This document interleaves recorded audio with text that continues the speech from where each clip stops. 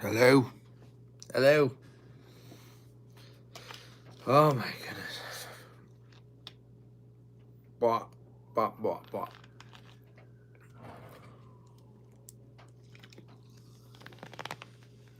Can we add little elements on here? Can we do it? Can I do a little... Oh.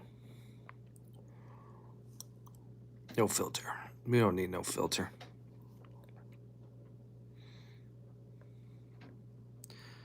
Start a poll.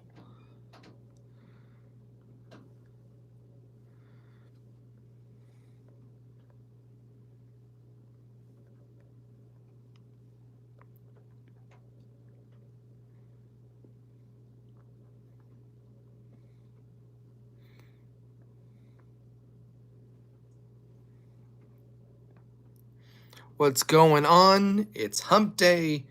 We're just chilling. I've got Diet Mountain Dew. We're relaxing. What's happening, everybody? Let's start up this little thing. We can talk about gaming news. I've got a few articles pulled up, but I just want to just hang out. Let's go figure this thing out. How's everybody doing? I would say, do I have any extra filters on here? What we got? No, never mind. That's fine. How's everyone doing? I'm gonna let everyone know in the Discord that we are live. Get in here. Ow. YouTube.com/nth at nth review. I am live. We've got a poll up. It is a very detailed poll. How's everyone doing tonight? I know, huge freaking stream. How you doing, Blue Battlehawk? I don't get to do a whole lot. I used to do weekly streams, but when, it's time, it's effort, it's schedule. It'd be cool to do this on a regular basis. Just something like nothing long, just something just brief. It'd be nice to just hang out and chat with people. It's my thought. Especially since I could do it right through the phone. Vertically. Do that. Yeah, it does. Because you got to prep it a little bit. I remember when I was doing streams back in 2021, and I did the green room on Tuesday nights for 4 hours, and then I did the forum on Thursdays, and we did that every week as well. So there was just constant, but nothing ever really caught on. So I figure we can just spend, half an hour a day, just kind of, whether it's in the morning or in the afternoon, we can talk about gaming. It's also draining being on for hours as well. You are correct, sir. To constantly be engaging chat, to put on a entertaining performance that people come in and say, I'm into this, let me hang around and watch this stream. Just do this thing. What are you up to tonight? It's 5:22 here in the wonderful mountain state of Colorado Springs. And it is raining. A cold front just came in, so it's been freaking cold. And yeah, it's been alright. Have we all had a chance to watch the new nth review for Star Wars Outlaws, number 25? That's where I'm at. That's what I'm doing. Oh my goodness. Let's bring up the first article that I had up here. Ubisoft launches first ever blockchain game with NFTs costing up to £50,000, which is like, I don't know, $80,000 or $100,000. I've been playing Metaphor Refantasio for the last couple hours. We had some storms come through Kansas as well. Yeah, we're all in that same system. It's been very cold. I've never heard of that game. No, Metaphor. I swear I know you've mentioned it. Ubisoft has released its first ever blockchain game, the tactical NFT battler Champions Tactics Grimoria Chronicles. This is Eurogamer. The company announced the game last June after years of dabbling in blockchain, but has now quietly launched it. Yeah, because what's up, Yahoo? Are you here to? I'm just bringing up the Ubisoft's new Yahoo. We're gonna talk about NFT games here. Yeah, NFTs are finally gonna get their opportunity. They have NFTs up to £50,000. Gosh, it blows my mind that there's a greater conversation about mismanagement at Ubisoft and them not knowing what the hell they're doing. And NFTs is like that, and Square Enix and their NFT experiments. I don't think Square Enix's have really come to fruition, but the fact that Ubisoft launched this quietly. I mean, when did we finally like piss off of NFTs? Like a year or two ago, right? I really feel like nobody wants that. I think companies are just hoping one of them sticks and they make it big. That's a heavy NFT. Yeah, exactly. And it's non-fungible. So I mean, what are you gonna do? I agree. I don't think that this is something that anyone actually wanted. Um, it's supposed to be like a physical trading card game. It's developed by Ubisoft Paris. Eurogamer says back in December 2021, Ubisoft launched its own NFT platform called Quartz, with Tom Clancy's Ghost Recon Breakpoint as the first game to offer a beta trial. It did not fare well, appearing to have initially only sold 15 NFTs. Oh my god. Oh my god. All my homies hate fungible stuff. I mean, blockchain for life, am I right? I don't I remember early on in the NFT thing, there are people who were excited about you would buy an NFT like an armor set, and it would be yours exclusively because you're the one who bought it for however much, and that would be something that you could carry between games. But then that would require all the games to then link into the blockchain and implement that NFT, whatever form it was. Maybe it's a weapon, it's armor, it's a gun, or something like that. And you could bring it in. Was it Twitter? One of their first things that they integrated. I don't know if it was pre or after Elon took over, but you could use an NFT as your avatar. And I don't know why, because they're all terrible. At least the ones that they were trying to sell. There's obviously a lot of original arts that was turned into NFTs, and that's who wants that. It was a greater fool kind of thing. Like, man, get in on this NFT thing because I gotta make my money. I gotta make all these NFTs, and so many of them were complete trash just because they were just trying to scoop them out. Like, I want to make 100 NFTs. We're gonna do a launch. We're gonna start a price for, I don't know, $100 or whatever it was, and try and sell them all. And you'd have this launch, and one or two would sell, and they're all easily replicable stuff. And this was before AI really started catching on. NFTs were Web3 crypto. NFTs were the thing before AI came in. So at least you didn't have AI scooping in there and like just dumping all this stuff. Because imagine someone wanted to really screw things up and they made 1,000 NFTs, but they were all AI generated. And I'm sure there was some play in that too. I'm sure Stable Diffusion was in there, generating some of those. But the fact that Ubisoft is finally and quietly releasing does this game have any life outside of being an NFT vehicle? Are they going to push this as a game, as a trading card game like Hearthstone that just happens to do NFTs? Was the metaverse before or after NFTs? Gosh, I'm even trying to remember because that was all like pandemic stuff. I want to say it was just before, because when did Meta rebrand? Rebrands as Meta. 2021. I want to say they were just kind of hand in hand. I want to say that. Just kind of wanted to.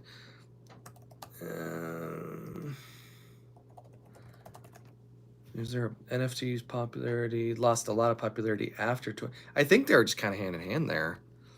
But also, metaverse stuff, right? Imagine Ubisoft releasing the first metaverse game. Hey, here's this Assassin's Creed game, and what it is that you're this virtual character in this virtual world, and you're just gonna play them, and maybe you'll have a VR headset. Maybe you use Meta headsets. Maybe Ubisoft makes a headset, makes their own. Use Steam, one of their headsets. Vision Pro, that's where we're at. We're going to use the Assassin's Creed Vision Pro exclusive. And you know, Apple has the money to pay for that.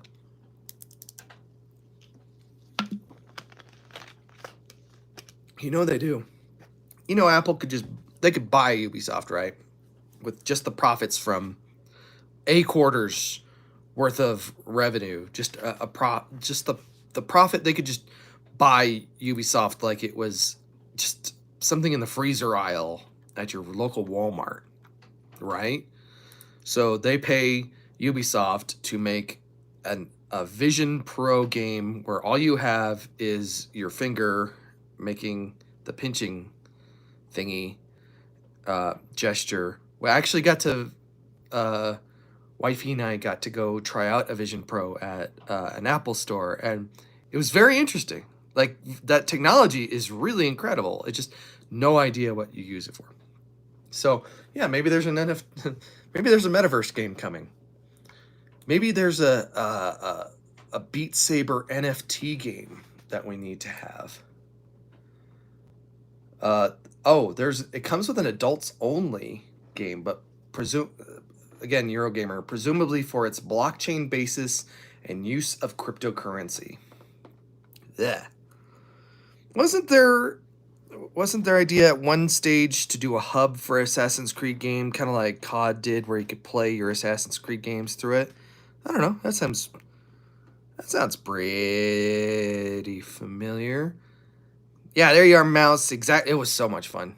It was fun, but I had no idea what you'd spend $3,500 times 2 for 2 headsets for 2 Vision Pros. I mean, it's cool to sit there in an Apple store and do them, but I don't know. You get home and it's like, well, that was fun. Let's watch a movie together in our headsets. That sounds kind of right for Assassin's Creed. That sounds like something they would have said 15 years ago. Because in Assassin's Creed 4, Black Flag, they had that kind of meta element with Abstergo, where you're popping out of there. I mean, they had that meta element before then anyway, where you're kind of bouncing in and out of there. But I think they've kind of just lost the plot on Assassin's Creed. I think they've had some troubles with that. Who knows what the next one will be like? Who has any clue? With Ubisoft's current financial situation, releasing an NFT game feels like a weird pivot.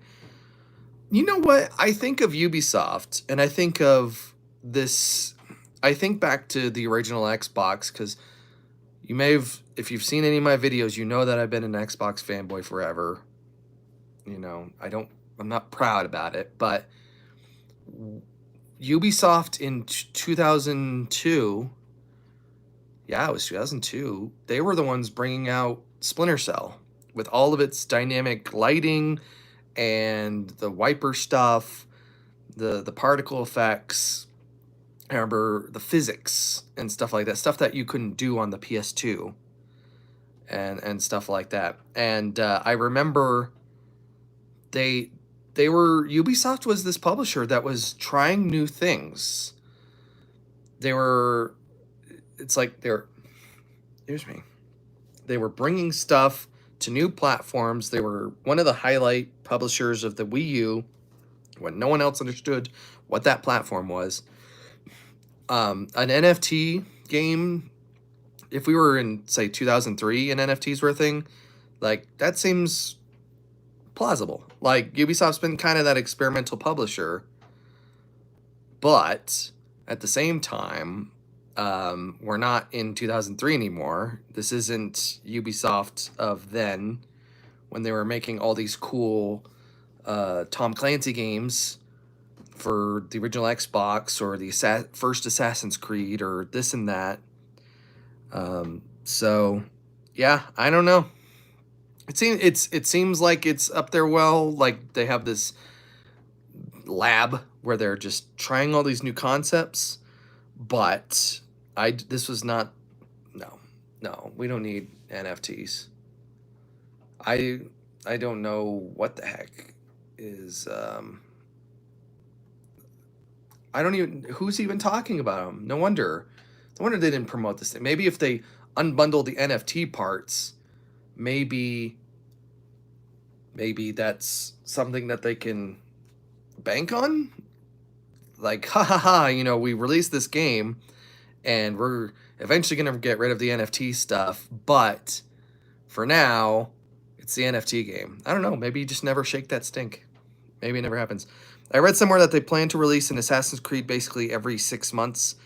People crap on it, but Sega more or less do it with the Yakuza Like a Dragon, and people aren't sick of them. That Yahoo, what do you think of that? What do you what do you think of them, of Sega and their Yakuza games, them releasing them at the pace that they do? Because don't they have like multiple teams doing that? I know they like reuse assets, stuff like that.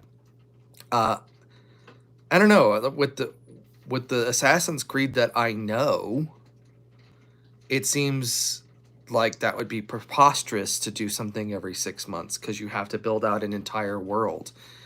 It seems like something you could do as a live service. It seems like something you could even do as an MMO. But I can't. It's hard for me to imagine them doing a full release every 6 months, because they tried that. Or, yeah, they did annual releases of Assassin's Creed, and they quickly ran into issues where they couldn't get the games done quick enough, and they'd launch games where the characters don't have faces, and they're just floating eyes and gums, and that's it. So I think that was a disaster for them. I can't. It's hard to imagine them going any faster than that. Unity, Syndicate, like that era of Assassin's Creed. Holy crap! Did anyone in here buy an NFT? Did God? Does anyone own an NFT? I'm sure there are people who own crypto for whatever reason. I own crypto. I just can't access that wallet ever again. Yakuza is in a bubble. They've reused Kamaracho for years, and are now doing it with Hawaii, but they do it so well, it never gets stale. Huh. Huh. Yeah. It would that I've wanted to tackle if I had more videos, where it's like I'd love to spend a whole lot of time this series or that series, a series of games. And I that's a future thing. I don't own an NFT, but I do own an Assassin's Creed Unity action figure. Well, did you ever post that in the Discord? If you guys aren't into Discord, go check out the Discord. Bye. No, Reddit did some weird stuff where they gave out NFT avatars. God, I want to say I remember that, because Reddit's tried so many different monetization schemes, and it's been very weird. It's been very weird. Oh, like their CEO Spez and COO have made so much money since the IPO. So, I don't know. What do we got? Yeah, technically on this. Gosh, every 6 months in Assassin's Creed. Yeah. That's a little scary. Has everyone checked out the new nth review for Star Wars Outlaws? It just came out 6 days ago. 5 days and 17 hours, it says. Go check it out. I had a lot of fun with, I mean, we're talking about Ubisoft, but I had a lot of fun with Star Wars Outlaws. And I had some things to say. And like I said in the review, it's been a long time since I've played a Star Wars game to conclusion. It's been a long time since I've played a Ubisoft game to conclusion, even though I've started up a few of them on live streams. I've started a few Ubisoft games, but Star Wars Outlaws is the first Ubisoft game and Star Wars game that I've completed in maybe a decade plus. And I had a lot of fun with it despite its issues. I don't understand what it is with sci-fi games and stories being not good. I will let you guys watch the review for that. I've got a special chapter in there about the stories. There's more heavier spoilers in that, so you can skip it if you still want to play it. But overall, I recommend checking out Outlaws. Maybe not $70, but I don't know. When's the last time I spent $70 on a game? I don't know if I've ever. I have spent $70 on a game, and I want to say it was a special edition something. So like Halo 2, I didn't even buy the special edition of Halo 3. BioShock, no, I think I bought all of those, just the boring ones, just regular ass BioShock.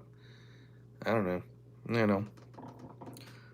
Considering they boosted AC Shadows to 2025, maybe Star Wars Outlaws could have done with the few extra months dev time. Yeah, I agree, but as I say in the review, I don't think that there's anything they could have accomplished with the polish of Star Wars Outlaws that would have made it fundamentally flip from a game that you're hesitant on to something that now you can start playing. Like, if you are interested in Outlaws at all, you can buy it or play it now. Whether I did it through the Ubisoft Plus thing, you pay like the $19.99 or $16.99, and you can get it through there. And then you also get access to all the DLC, stuff like that. There's nothing about Star Wars Outlaws that is like gonna fundamentally change your opinion in the coming months. So if you're interested in it, just play it now. Like, you can get over the bugs. The bugs aren't that bad, really. There's some cosmetic stuff. There's some open world janky stuff. Obviously people are gonna, just freaking freight line all those issues that any new game release has that's buggy. They do the super cuts of all the bugs that they find. But I only encountered, I had a couple crashes, but I had crashes in Cyberpunk. I was having regular crashes in Cyberpunk or Starfield. I honestly had fewer crashes with Outlaws, and I had maybe one or two issues with Outlaws where I needed to do a reload, and that's it. That's it. So, if you are interested in Outlaws, aside from like sale price or whatever, just go grab it. Just it's not going to fundamentally change when they add DLC or more story or whatever the hell they're going to do to that game. There's no bug fixes that they can do to fundamentally fix or change that game. So, if you haven't checked out the new review, go check it out. It's number 25. I'm excited. It's my fourth one for the year, because earlier this year we had, oh my gosh, what reviews did I do this year? Start out with Starfield, popular review. Cyberpunk 2077, one of my favorites, just because of how deep I got to go in there. With sort of the idea of a person. What is a person? Red Faction series over the summer. That's number 3. And then this is number 4. And right now, for you guys viewing at home, I am currently working through the Fear games. Because that was a popular... I put up a community post. And I was like, yo, what do you want me to review? And everyone's like, Fear. Fear, Fear, Fear, Fear, Fear. So it's like, okay, all right, we'll play Fear. So I've been playing some Fear. Yeah. So... how's everyone else doing tonight? We're on Hump Day. I figure we'll wrap this up at half an hour, but, you know, nice, short, with just a little connect. Just a little, from me to you. Just a little time to chat. Bring up a news story and see what's up. Dope. Can I ask how you decided to do one on Giant Bomb, as it's so random compared to the other Nth reviews? Yeah, good question. I wanted to do something different. And... obviously, I love Giant Bomb, and I had my years with it, right? I knew the cast, the crew, and it felt like there was no cohesive story about that. And so to be able to give myself permission to dig in and do all this research and just reflect on what I thought of the site and where it was going, and not be like super hardcore about it. Like, I know people will get super petty about this person or that person and get really dramatic, and I hate that. I see that pop up in the comments from time to time about, oh man, good documentary, but I really hated so and so, and it's like, oh my god, like stop, you're being a child. But yeah, it was just something different. Giant Bomb was just something different, and I really enjoyed it. I really loved spending all that time getting the research. When I originally set out to do it, my goal was to get interviews with the crew and everyone, and one by one couldn't get anyone. And there was someone who did finally respond, and they're like, I'm a little hesitant because they had just been bought by Fandom and they didn't want to participate in this project without Fandom's blessing. And so they referred me to Fandom's PR, and I talked to them, and there was some back and forth, and it took weeks, and it was only like a half dozen emails or so. It took weeks, and in the end, they're like, yeah, we don't want to participate. So it's like, but I was just asking for permission to be able to talk to at least the newer Giant Bombers. And my goal was like, if I can talk to one, I could at least talk to two. And if I talk to two, I could talk to three, and et cetera, et cetera. But like, yeah, no one responded at all. And that was frustrating. But ultimately, the video was supposed to be about a review of this site that I love so much. That wasn't specifically a game. And, you know, people are going to have their opinions about Giant Bomb this way or that way, but it was a lot of commentary that I've gotten about it has been just the nostalgia trip.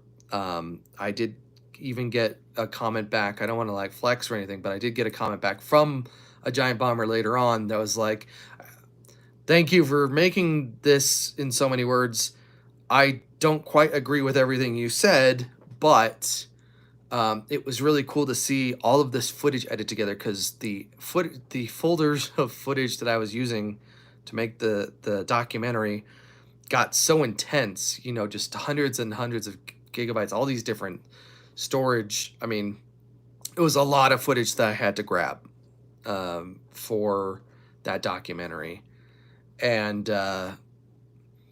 it was hard. It was hard. It took a long time to do. I set it aside when Night Dive sent me a code for the System Shock remake, which I did in 2 weeks, like, pew. And then I came back to Giant Bomb, and I love that project. I really do. And so, yeah, I don't know if that answers your question, but yeah, that's kind of where I was at. All right. We're approaching kind of our soft limit here. I want to thank you guys for hopping in. I'd like to do this on a regular basis. and just casual chat. Probably in the afternoons, probably around this time, like 5:15ish, my time, and just drop in and say hi. Just something chill, and we can talk about something. If there's a story that we want to talk about live, you can always just bring it into the Discord. If you're not in Discord, drop in the Discord. Discord's freaking sick. You guys are great. But yeah, just something short and sweet. And maybe in the coming weeks, maybe it becomes a morning stream when I've got some time. So real quick here, you reviewed a few books as well, but is there anything you would consider reviewing outside of a game series like that? Some of the longer form ones I want to do, I want to review companies. I wanted to review a developer. I want to review Quantic Dream and their entire thing. I want to review Silicon Knights and their entire thing. But those are projects that are going to take so long, and I can't not keep uploading content in that time, being the size that I am. So those are dream projects. Those are my couple of dream projects that I'd like to work on in time. But yeah. All right, let's get out of here. We'll talk again soon. Keep posted. Get in Discord. We'll do some updates. Go from there. I love you guys. And be cool. I'll see you next time.